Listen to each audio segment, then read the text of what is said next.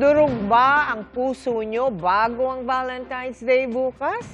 Aba, isa sa bawat 4 na Pilipino ang nakasaksi o nakaranas ng cheating o pangangaliwa sa relasyon. Ito po yung base sa survey ng Social Weather Stations o SWS. Sa kabila naman, 2 sa bawat 5 Pilipino ang naniniwala sa second chance. Ang tanong, kaya nga bang maibalik ang tiwala sa taong nanloko sa'yo? Ang boses mo, papakinggan natin sa pagtutok ni Mark Salazar. Pinakamalaking aray mo sa relasyon, yung kinaliwa ka ni jowa. Ang hirap naman kasi magbuo kapag gumuho ng tiwala. Kapag mga Gen Z pa ang tinanong mo, malaking red flag ang cheaters na hindi deserve ng second chance. Hindi niya na po mawi-win back yung trust ko kasi super grabe na po yung ginawa niya sa akin. Ang pinaka-better na gawin niya is hiwalayan na lang ako ng tuluyan at hayaan akong mamuhay at i-discover ulit ang sarili ko. Sabi na magjowang sina Jerry at Darlene, kaya nila kahit na anong pagsubok sa relasyon, wag lang talaga may third party eh. Siguro para sa akin wala na. Kasi once a cheater, always a cheater. Binalikan mo siya, parang tinotolerate mo na rin yung ginawa niya. Kung love mo po talaga yung tao, bakit need pa magloko? So, yun po yung pinakahawakan namin po. Pero sabi ng SWS survey, 43% ng mga Pilipino ay naniniwalang love deserves a second chance.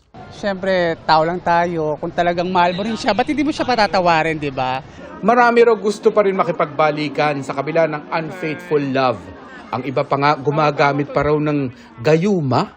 Ang sabi sa bilihan nito mga gayuma, mabenta raw ito ngayong buwan ng mga puso. Hindi naman dahil proven effective ito. Kung hindi ang kwento doon, marami lang daw talaga ang gustong makipagbalikan sa tulong ng gayuma.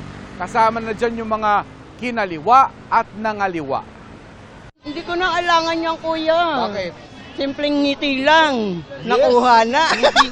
Eh, sino ang kanyang Siyempre, yung kasama sa trabaho. Aray ko. Sabi ka, workmate. Yung pala, yun na yun. Kasama si ating kinaliwa sa 27% na nakawitness ng cheating o mismong nakaranas ng cheating. Sa survey, 6 na uri ng panloloko ang tinukoy. Pinakamarami ang nakaranas ng physical cheating. Pero ito, tanong, anong dapat niyang gawin para bumalik ulit tiwala mo? Iwanan niya yung babae. Bumalik siya sa pamilya niya. Kasuhin niya lang yung mga anak niya. Yun lang. Peak season din ng mga manghuhula ngayong panahon ng mga puso. Karaniwang nagpapahula ay yung nagdududa sa jowa. Mga tanong nila, mahal ba ko ng asawa ko? Sasagutin ng bara, oo naman, yes naman dito, mahal ka. Bawa, lumabas, nangangaliwa, makokontra ba yun? O wala na? Hindi, minsan kasi nag-overthink lang yun kahit wala. Ganon. Minsan sa pag-iisip mo lang yun kahit wala. Ganon. May point si fortune teller, no? Dagdagan pa natin na importanteng ibinigay mo ng buo ang tiwala at pagmamahal sa relasyon. Pero kung hindi ito naging sapat sa kanya, bawiin mo at ibalik ang lahat ng tiwala at pagmamahal sa sarili mo. Ika nga, cheating is choice at hindi lang simpleng pagkakamali. Kaya bakit mo gagawin kung alam mong mali? Para sa GMA Integrated News, Mark Salazar, nakatutok 24 oras. Tumpak, Mark. Ito naman, pakinggan natin ang boses ng ating mga kapuso online. Tungkol sa pagbibigay ng second chance sa karelasyong nagloko. May mga nagsabing handa silang magbigay ng second chance. Pero depende sa effort, ha? Ika nga, ang pagbabago di lang dapat sinasabi, kundi ginagawa. Pero syempre, dapat akuin ang nagawang pagkakamali at magsisi. Ipakita ang pagbabago sa sarili, maging responsable at bumawi sa partner at sa pamilya. Meron ding nagsabing gagawin nila ito kung para sa kanilang mga anak. Mas mahirap daw kasi para sa mga bata kung masisira ang pamilya. Meron namang forgive but not forget ang mantra. Nariyan pa raw kasi ang takot na maulit ang pagkakasala.